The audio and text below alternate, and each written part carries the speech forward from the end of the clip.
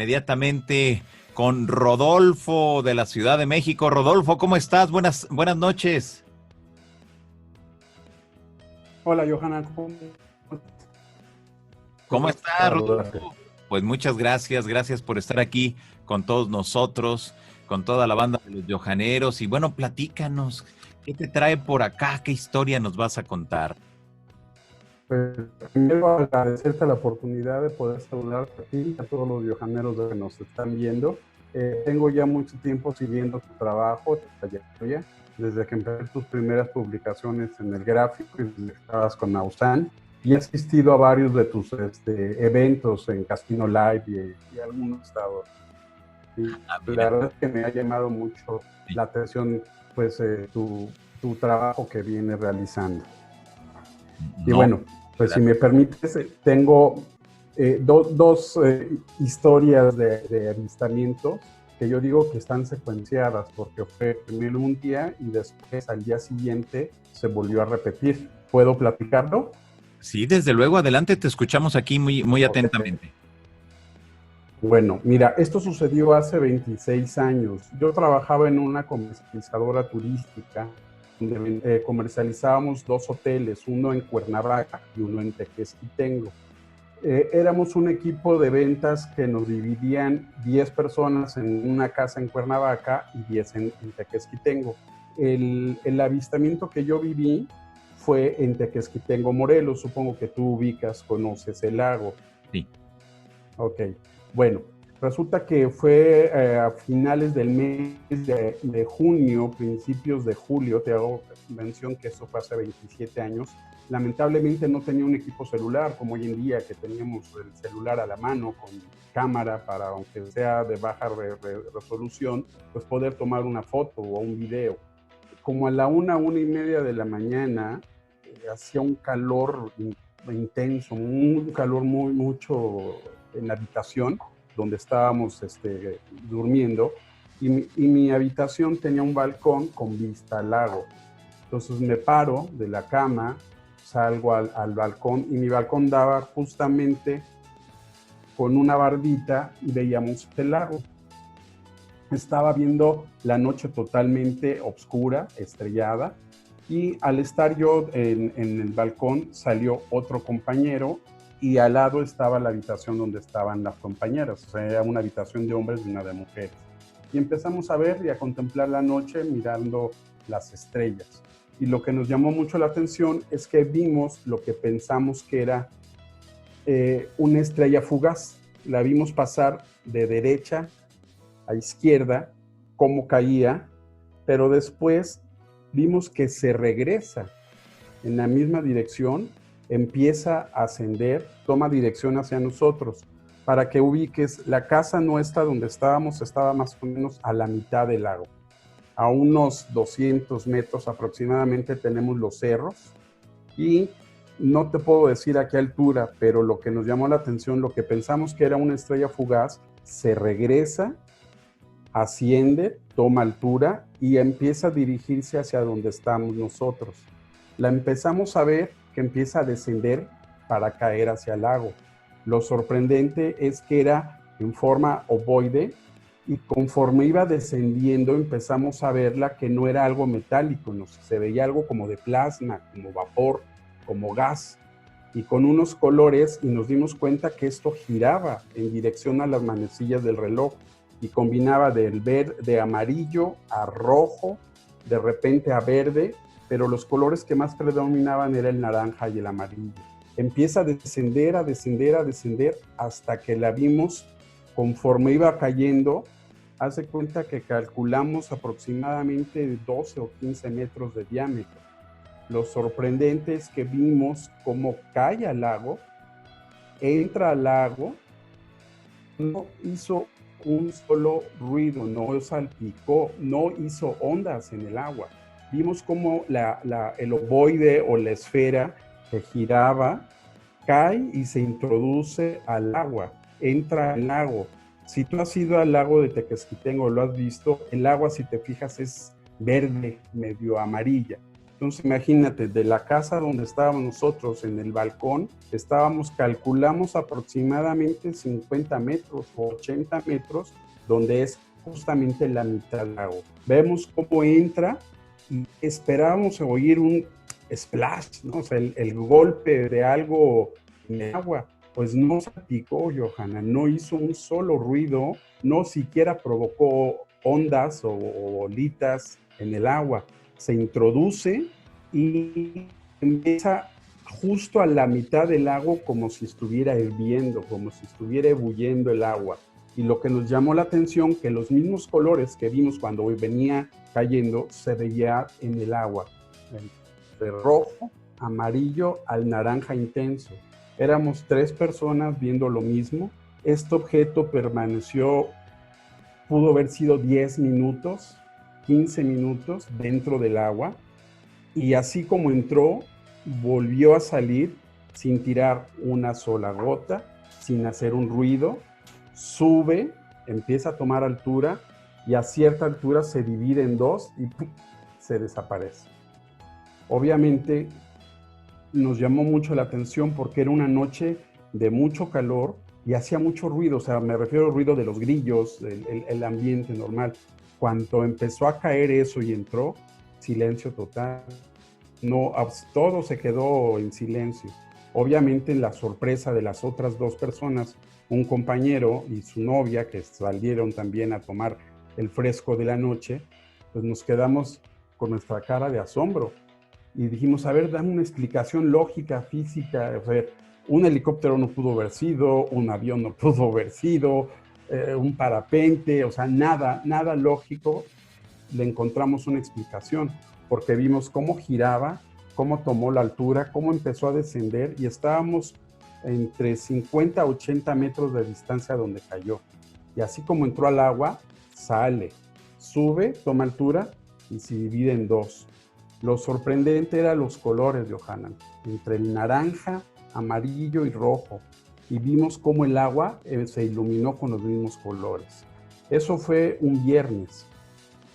Al día siguiente, obviamente, pues les contamos a todo el equipo de ventas y a los amigos, y pues ya sabrás, nadie nos creyó, todo el mundo nos tomaba de locos, todo el mundo decían que qué fumamos, que qué nos metimos, que qué habíamos tomado, y la verdad es que, pues no. Nosotros compartíamos el equipo donde trabajábamos en una casa y teníamos unas personas que nos daban los alimentos, que eran gentes del lugar. Y al escucharnos nos decían, no, el joven dice, nosotros seguido vemos el mismo objeto, vemos lo mismo, que cae, que entra al agua y que sale. Pero lo hemos contado tanto a las autoridades como a la policía, como a los síndicos, a la gente del municipio, y también nos tiran de locos, no nos creen. Entonces, por lo mismo ya no lo contamos. Entonces, ustedes síganlo contando para ver quién les va a creer. Eso fue el viernes. Al día siguiente, el trabajo que realizábamos era en fines de semana. Entonces nos dicen, se cancela sábado, domingo y lunes. Si se quieren regresar a México, pueden hacerlo. Teníamos un compañero que vivía porque ya actualmente no vive en Tepoztlán, Morelos. Entonces nos dice a mi amigo que vivo junto con su novia, lo que te acabo de contar, que si le podíamos echar un ride a Tepo, que él nos pagaba la caseta, la gasolina desde Tequesquitengo. Le dijimos, sí, claro. Nos juntamos, preparamos nuestras cosas, lo fuimos a dejar a su casa y de regreso de Tepoztlán hacia México, no sé si te ha tocado subir, para poder entroncar hacia La Pera, antes cuando sales de la desviación, es un tramo de subida en recta, luego te toca la primer curva en S y empiezas a tomar La Pera. Cuando íbamos subiendo, eso ya fue en la noche del día siguiente, habrán sido entre las 10, 10 y media de la noche, que veníamos de Tepoztlán a dejar a nuestro compañero de regreso a la Ciudad de México. Al ir subiendo y casi para llegar a donde comienza, para ya tomar La Pera, vimos una luz muy intensa atrás de nosotros. Pensábamos que era o un tráiler o un... Pero cuando volteamos y mi compañero giró el espejo, la luz no venía atrás, la luz venía arriba. Y nos dimos cuenta porque se iluminó toda la carretera. Entonces, éramos el único vehículo que iba subiendo a las 10:30, cuarto para las 11.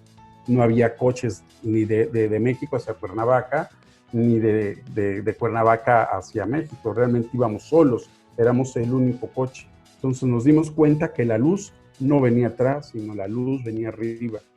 Empezamos a avanzar el coche y si seguramente has manejado de ese tramo, la curva de la Pera es una recta, la primera es hacia la derecha, una S, y del lado derecho está el voladero y se alcanza a ver el cerro del Tepo, de Tepo enfrente.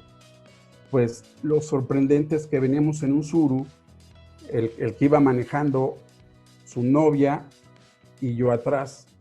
Pues el coche justo cuando toma la curva del lado derecho se detuvo, se paró el coche, se paró el motor, o sea, como si algo nos hubiera atorado o detenido. La luz pasó por arriba de nosotros, la vimos cómo pasó volando sobre el voladero en dirección hacia el cerro y el coche se detuvo. Lo que nos llamó mucho la atención es que se apagó el motor, se apagó el radio que veníamos escuchando, se apagaron las luces, el coche se detuvo. Imagínate tú si hubiera habido 1 o 2 coches atrás de nosotros, pues el accidente que hubiera pasado. Fue sorprendente. Lo que pudimos ver es que eran las 11, 11:15 porque lo marcaba el reloj que trae el radio. En ese momento tuvimos lo que pues todo el mundo llama un missing time, un tiempo perdido, porque de las 11:15 llegamos a la caseta para pagar, ya la caseta de cobro de México, en 2 minutos. Para nosotros pasaron 2 o 3 minutos. No supimos de cuando el coche se detuvo, cómo fue que llegamos a la caseta. O sea, no recordamos las 3 personas que íbamos en el carro, en qué momento volvió a arrancar. Y si tú recuerdas de lo que es la curva de la Pera a la caseta, a la entrada de la caseta de cobro, pues deben de ser manejando tranquilamente 20 minutos, 25, más o menos, y de noche, sin tráfico, sin más carros que tú que vas circulando, pues lo hicimos en 2 o 3 minutos. Entonces, las 3 personas que íbamos no recordamos en qué momento el coche volvió a arrancar y cómo llegamos a la caseta. Esa es la historia, ¿no? Inclusive tengo con gente que le he platicado y pues nadie nos cree, ya sabes que todo el mundo nos dice, ¿no? Poca gente cree en estas nuevas realidades, en este tipo de cuestiones. Lo he platicado con nuestra buena amiga Margarita Bañuelos, a la cual le mando un cordial saludo, que se lo he platicado a ella.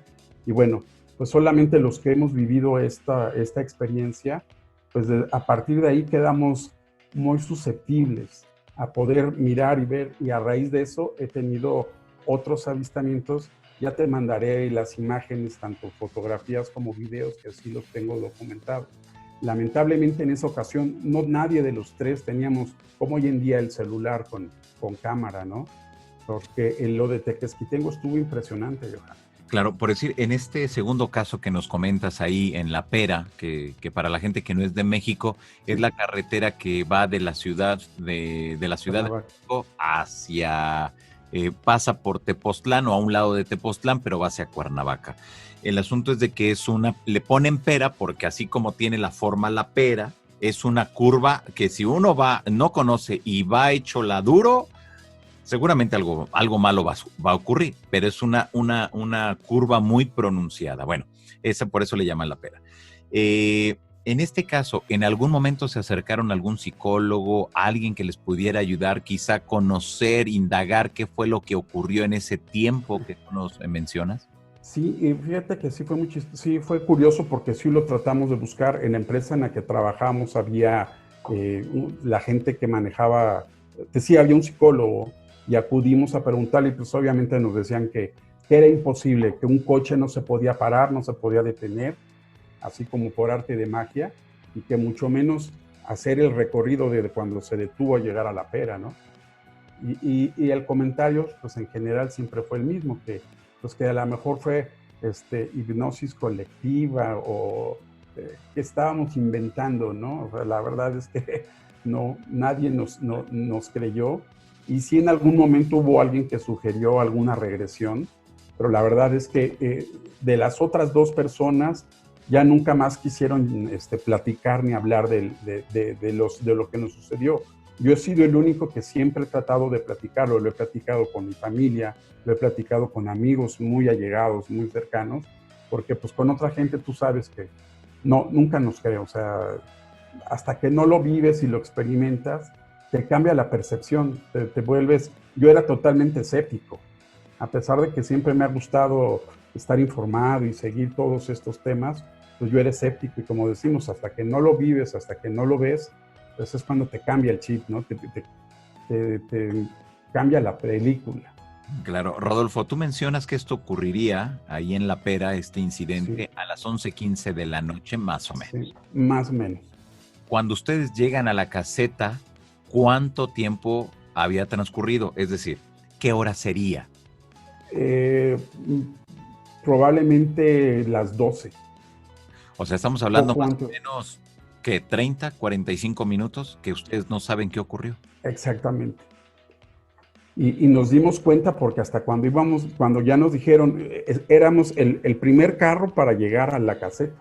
O sea, ya estábamos formados y no recordamos cómo bajamos, cómo llegamos y hasta que nos tocaron así para que pagáramos porque ya estábamos en la fila de hasta adelante.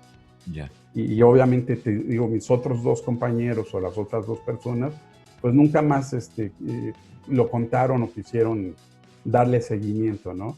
Y yo la verdad es que sí, a través del tiempo, por más que trato de platicarlo y de recordar, no le encuentro la lógica, ¿no?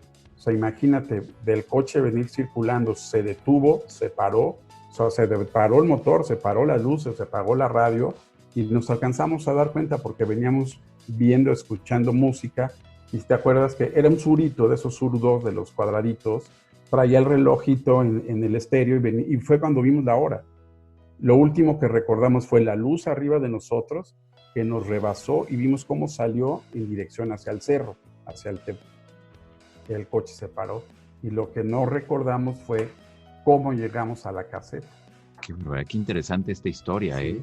Y deja de eso, la del agua, o sea, dime qué objeto cae al agua sin golpear, sin hacer ruido, no tiró una gota, no provocó ondas. Se Claro, ilumina y vuelve a salir. claro, al momento que se sumerge, ¿cuánto tiempo después habrá salido? Como 10 minutos, creemos que fueron unos 15 minutos, tardó algo.